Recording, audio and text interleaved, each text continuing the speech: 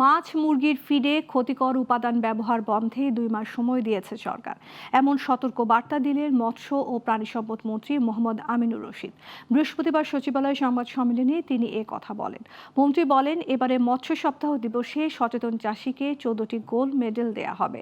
সরকারের মূল প্রচারণা সেফ ফিশ উৎপাদন করতে হবে। তিনি বলেন, এখানে সরকারের গাইডলাইন আছে, ওই গাইডলাইন অনুযায়ী তাদেরকে ফিড উৎপাদন করতে হবে। মাঠ পর্যায়ে এরই মধ্যে যারা ক্ষতিকারক অ্যান্টিবায়োটিক দিয়ে ফিড উৎপাদন করছে তাদের সতর্ক করে 2 মাসের সময় বেঁধে দেওয়া হয়েছে।